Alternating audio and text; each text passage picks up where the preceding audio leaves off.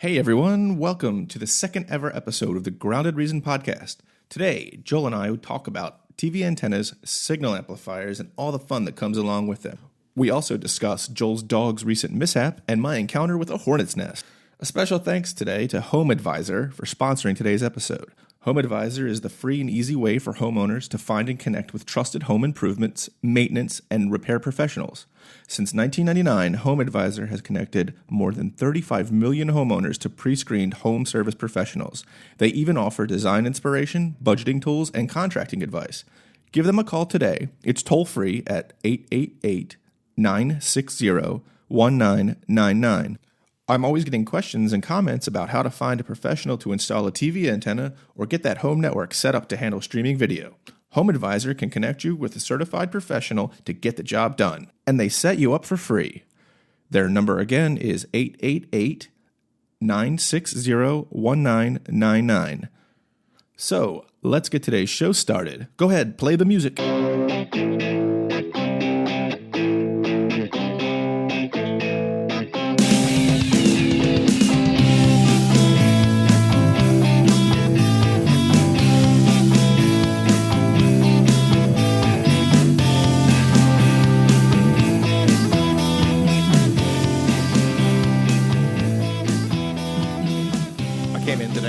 Your dog was wearing like a cone. What happened, man? Yeah, it's the cone of shame. What did he do? He, we have the fence in our backyard, and I'm not sure what he did, but he, my wife Ann was walking around, and she noticed like a stain on the floor, and I see anything on the floor that isn't supposed to be there, I assume the baby did it. Right? Like, oh, it's raspberries. He smeared raspberries all over the floor. Whatever. My go-to's poop. Well, there's that too. He could have done poop, right? But it was kind of red. So Ann goes and wipes it up. It turns out it's blood. Oh. And, it's not a ton, but whatever. And I'm like, I'm not bleeding. Ann's not bleeding. The kids aren't bleeding.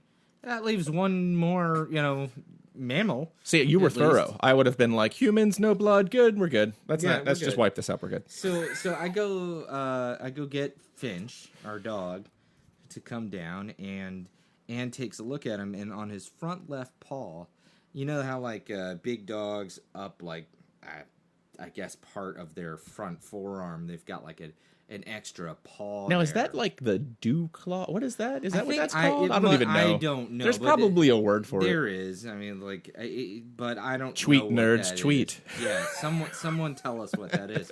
But anyways, that thing, I think what happened was it had like ripped, like not off, but it was pretty badly cut. That's no fun. And I think what happened is he likes to run back and forth in the backyard along the fence and bark at the other dogs that are coming down the path. And so I think he probably jumped up and got it snagged on a nail. That must have been like, I wonder if dogs get embarrassed. Because that's like the equivalent of like, you're talking smack. Yeah. And then you like, you trip right? Yeah. and fall. Exactly. So that's got to be, that was awful. Must have been awful for Finch. Well, it's awful for me because what happens now is not only does he have to wear the cone, which he hates, and I don't mean like a little. I mean, he goes catatonic. He will not move when he has that thing on. So it's like a kind of like a restraining bolt from like a Star Wars, like they throw in the droid, they can't do anything. Exactly. He just kind of sits there and then lays down, and that's it. And this is a very active dog, and he also has like this bandage on his leg because where it was, they couldn't really easily put stitches in it. So like they just have to like more or less like tourniquet it down, right? Like just hold it down with a tight bandage. We have to take him in every couple days to get a new tight bandage on. Ugh. And so whenever I take him out to walk him, I got to tie a paper or a plastic sack around his paw and then, keep his cone on. So he's a show. I hope the dogs that he was barking at don't see you guys walking around, because that must be even worse for him. Yeah, you should have seen the other guy, right? It's sad.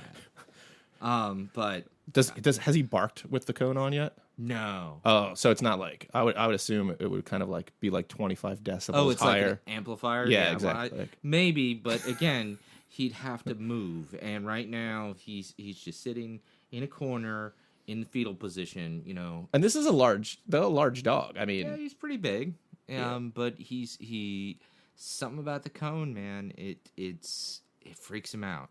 He does not. Although if someone put a big cone on me, I think I would have a problem with it too. So. yeah. I mean, but I know not to rip out my stitches. yeah. If you're not doing a beer bong, you don't want to be near a cone. Yeah, exactly. With your you don't want to do that kind of thing. So, what are we here to talk about today, Dennis? I've been getting a lot of questions about the antenna, the TV antenna. Oh yeah, sure. And there's a lot of myth out there. And the question I get the most is about digital TV antennas, which I will tell you, there is no such thing as a digital TV antenna. The antennas the huge erector set antennas that we all had when we were kids will work just as well today as they did then. Okay. What confused people is the switch. What really changed was the towers. Now they're sending out a digital signal, and that changed in 2009. Yeah, I remember this debate that was going on in Congress, I think, about this, and the FCC, was that what it was? Well, it was a switch over. They were going to switch everything over to digital. Everything was going to go digital from TV broadcast towers. And they went and made the change. Now, at the time, if you had an analog, it's really the tuner in your television. Inside your TV, there's a tuner that actually takes that signal and translates it into the television we all know and love. But if it's a digital signal coming in and you have an analog tuner, it's not going to work. So they had a program back then, it's exhausted now, where they would give you, if you qualified, give you a tuner a converter box. Right. And it would switch the digital signal to an analog signal so you could watch it on the old television. Any TV made after 2009, any HD TV, is going to have a digital tuner already in it. Right. So you don't really need to go out and buy an antenna if you have an older one. Now, some of the older ones aren't that attractive. I mean, yeah, I remember the old rabbit ears that I had. Right. And rabbit ears will still work. They don't pick up UHF channels, which most of the new digital, like the digital signals, tend to be in the UHF range. But they're really great at picking up VHF.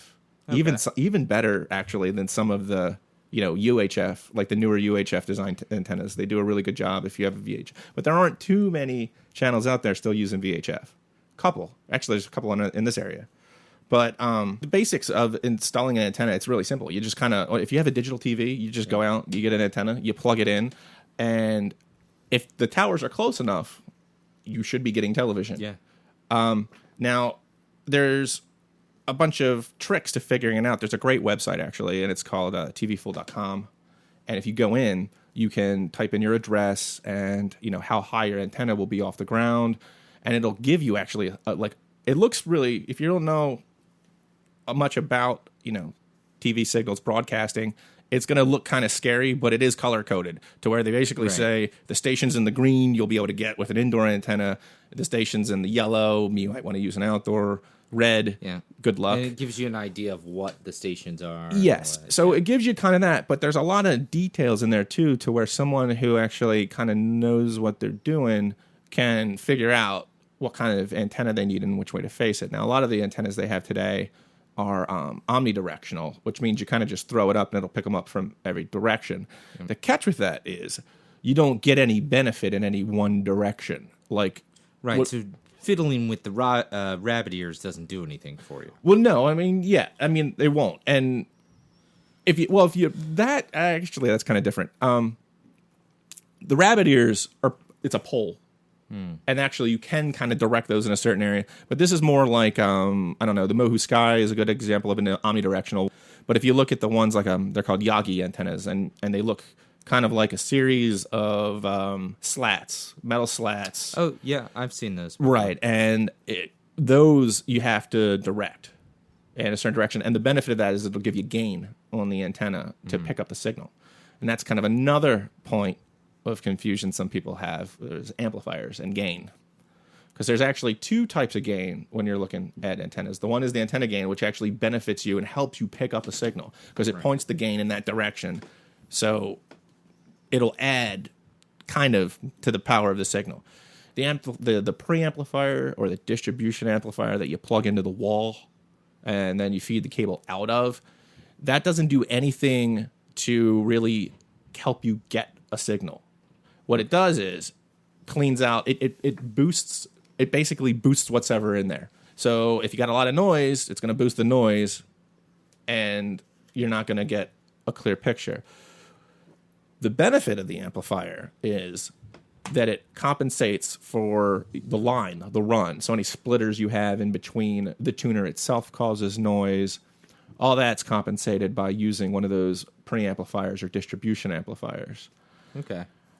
And all this is called out like on Grounded Reason. If you go to groundedreason.com, if you go up the menu, how to cut cable, there's an antenna guide in there that will explain all of this and all of the various, nuances when it comes to installing an antenna, because it can get kind of complicated.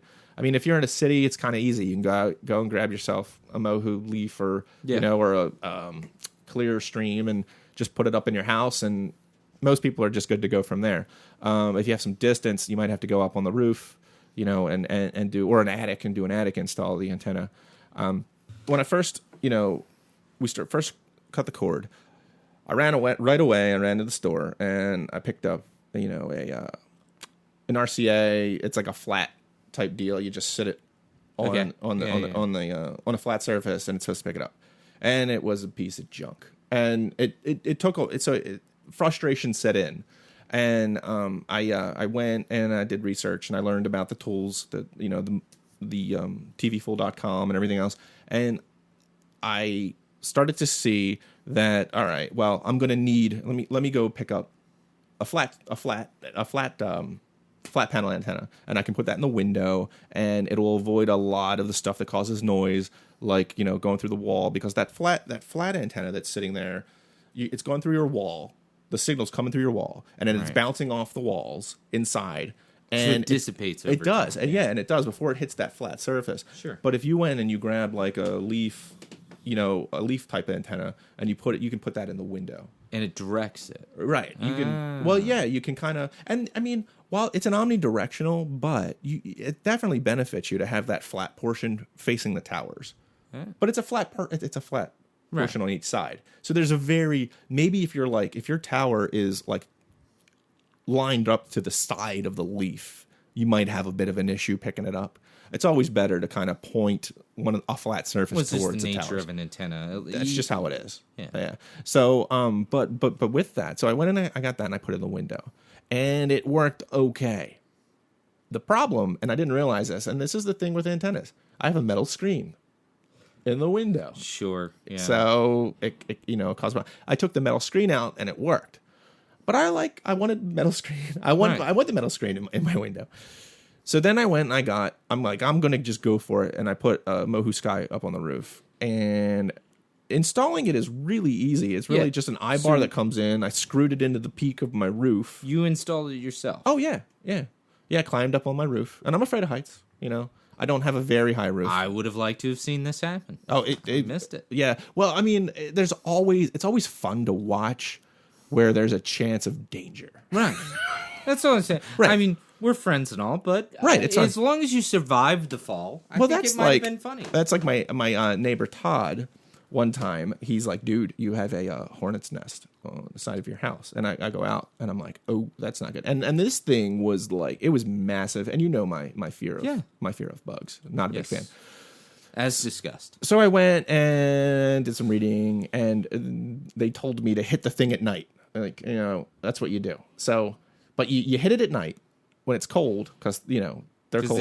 They're cold-blooded. Yeah. So they're dormant. They're dormant, right? So you hit them at night, and you do it again 24 hours later, because don't touch it after you hit it the first time, because what happens is if anybody's out, maybe they're over their hornet lady's house, maybe they're out on a hornet date, doing their hornet thing, getting their hornet on, if they're out, they'll be back within 24 hours to the same nest. So they say hit it twice. This is such a bad idea. So I tell Todd, I go, okay. I armor up like I'm in an episode of, like not really Walking Dead. They don't do it too much, but in World War Z. You're going into the Battle of the Bastards. Yes, in World War Z, they're all about armoring up, So I'm wearing like 5 layers. I'm wearing like, thick dicky pants. I got pants on underneath of those pants. I've got, jackets on. And it's like, I think it was, I want to say it was September-ish. So here it was still kind of, or no, actually it was earlier. I think it was earlier. It was more, I think it was spring and not fall, but still. So it's kind of hot at night. And so I go, and Todd is got his video camera because, of course, he is waiting for the danger to happen. And so I think about this though. I went in and got a spotlight, and I put it next to the nest, and turned it on because bugs are attracted to light. So if I hit this thing and they fly out of there, I can run, and they'll probably go to the light. This is what you're hoping. That's my plan. Well, I go ahead and I blast this thing, right? And like I hit it. I dumped a whole can into the thing. And then the thing started kind of like looking like it was going to erupt. It was like shaking like crazy. And at that point, I start to bolt. And I run right towards Todd. So Todd's sitting there with the video camera. And these hornets come out of the thing. A lot of them, I can kind of hear them kind of dropping. So they were dying, but there's like some kind of like made it through, and I'm running at Todd, and Todd's like, "What are you running at me for?" And it's like at this point, it's like Blair Witch shaky cam going down. Luckily, though, they must have gotten some of the stuff on them because they all started dropping dead, and no one got stung. No one got stung, but still, and that gets back the impending danger. Todd's like, "I'm on it, video camera, got to see this, got to see what's going to unravel." But getting back to the topic, I know. I'm sorry. Sorry for the tangent. I love the Hornet story. You managed to get this antenna on your roof, and then that worked. Well, yeah. What we did is I got up there, and it comes in an eye bar. Like basically, there's an eye bar that you just kind of drill in, and a socket, a pole is in there, and you just kind of plug it in. Now you plug in the pole, and you set it up, and it's all real easy. You just kind of screw it in, and it kind of righted itself. I didn't have to really align it too much. And then I just, you run a coaxial cable down into your house, which could be complicated. But if you want to kind of, roll it on the cheap, and you don't care too much about aesthetics, do it down the outside. Yeah. Well, you can. Well, I hit it because my wife would scream and yell at me if there was like a big white cable hanging off and stuff like that. So, but you might not care. But getting it into the house, so luckily we had the existing cable run in, so I kind of pulled it through there. Of course, yeah. Now, if you don't, you can get these flat coaxial connectors, and really it's like a piece of rubber. And it's a coaxial connection on each end. So you could run that into like a basement window, so you don't have to drill. Oh. And you kind of just shut it in the window, and it's thin enough to where the window will seal around it. And that's no drilling, no fuss, no muss. I just discovered those like a month ago. Yeah. Really handy. That's awesome. Yeah. So, that was good. So, I mean, and I could, once you hook it in, it's like instant television. It's on. You're done. That's great. Yeah. It's smart to ground them. To ground your antenna. Yeah, sure. Because they conduct electricity. And I've heard that. Yes. So big. That's what it is. I mean, that's what a signal is. It's electricity. Pointy things on the top of your roof. Right. So made of metal. And a lot of people are like, well, I live in an area with a lot of trees. I'll be fine. It'll hit the trees. Grounding isn't going to save you from a direct hit. Right. A direct hit is a direct hit, and it's going to mess some stuff up. Grounding is really important for near hits, near strikes, because if something hits like 50 feet away, there's a lot of electromagnetic energy in the air. An antenna is just going to zap some of that right up if it sees it, and it's going to go right to the wire and into your TV. Yeah. So grounding it is really important. There's actually an article on my site on how I grounded my antenna. Now, I can't say, I'm not a professional, so I can't say that is the surefire way to do it. But that's how I did it, following my local regulations. Regulations are different everywhere. I advise you to contact a professional and getting it done, or get advice from a professional before trying to do it. See, I remember living in the district, and all I did was have a simple indoor antenna, but that's probably because I was living in the city. Yeah, Baltimore City indoor antenna. When I was a kid, I could get all the Baltimore channels and even a couple DC channels. Yeah, I had the reverse. I was getting all the Baltimore or all the DC ones and some of the Baltimore ones. Right. So, that's pretty. I mean, like if you think about it, it's pretty wild how much you can get just with the basics of throwing an antenna on the side of your TV. I mean, I know this is back in 2003, but most everything I watched was either live TV from the antenna, or back in the day I would get DVDs shipped to me by Netflix. Oh. And that was great. I mean, like between the two, that was all I needed. Where we are, we get all the major broadcast channels, NBC, CBS, the former C-Dubs. I don't know, what is it called now? Is it WB or no? Didn't they change the CW? Freeform? No, that was ABC. That's something. The other one. Maybe it's not. That's ABC Family. I thought they changed CW. I'm not sure. Maybe they didn't. But anyway, then you get like Ion. We have a bunch of kids. There's like a bunch of kids cartoon channels, because the cool thing with the digital signal is like you do get, for instance, channel 2. Yep. Actually has like 5 different channels on channel 2, like 2.1, 2.2, 2.3. So there's a whole bunch of other content that's in there. I'm pulling in like 50 channels. Well, you from get my all antenna. the PBS ones as well. Well, there's that. I got something called My TV. Yep. I got something. I have like an urban channel which shows like I'm Gonna Get You Sucker and I'm in electric, Breaking 2, Electric Boogaloo. Like it's crazy. Which is great because every sequel to every movie, I end up appending it with Electric Boogaloo. I do too. My favorite. Doesn't matter what it is. My favorite's Thor 2, Electric Boogaloo, because it actually works. Godfather 2. He's the god of thunder. Yeah, so, there you go. Lightning, thunder. Yeah, it's close. Electric Close Boogaloo. enough. They need to call one Electric Boogaloo. They will sooner or later. But so Allison and I, every once in a while, like one night we were up and it was like late. It was like midnight, and I think it was Ion. I don't know. One of the channels. It was Disco Roller. It was like a roller disco movie, and there was like a marathon. You don't catch gems. You don't catch gems like that on cable. No. Free content. That one, yeah, that's a little suspect. Oh no, but you can do a whole Mystery Science Theater thing with it. Yeah, it's a ton of fun. But another thing, did you know they're doing a reboot of Mystery Science Theater? Yeah, I heard. One of the dudes from the Nerdist. Yeah, Jonah Ray. Jonah Rod. It's not Rodriguez. It's something like that. Something like yeah. But Jonah. Yeah, they just Jonah. refer to him as Jonah. Right. And Jonah's hosting it. He's doing the part of Joel. Yeah, he's the new Joel. And apparently the Joel from Mystery Science Theater actually like sat down and talked to him about like doing it. Like he endorsed him doing it. Yeah. And I think it's a collaboration between the two. Yeah, I mean, good things are happening for that guy. Yeah. Yeah, and that's Nerdist Podcast, by the way. Check it out if you haven't already. It's awesome. It's what inspires us. Yeah, exactly. Like they make it seem easy. Yeah, but also with getting back DVR, you don't need your cable company to give you one. There's plenty out there on the market right now that you can use to record from a digital antenna, and you can, if you hook it up to the internet. I said digital antenna, didn't I? It's a habit. Everyone says it.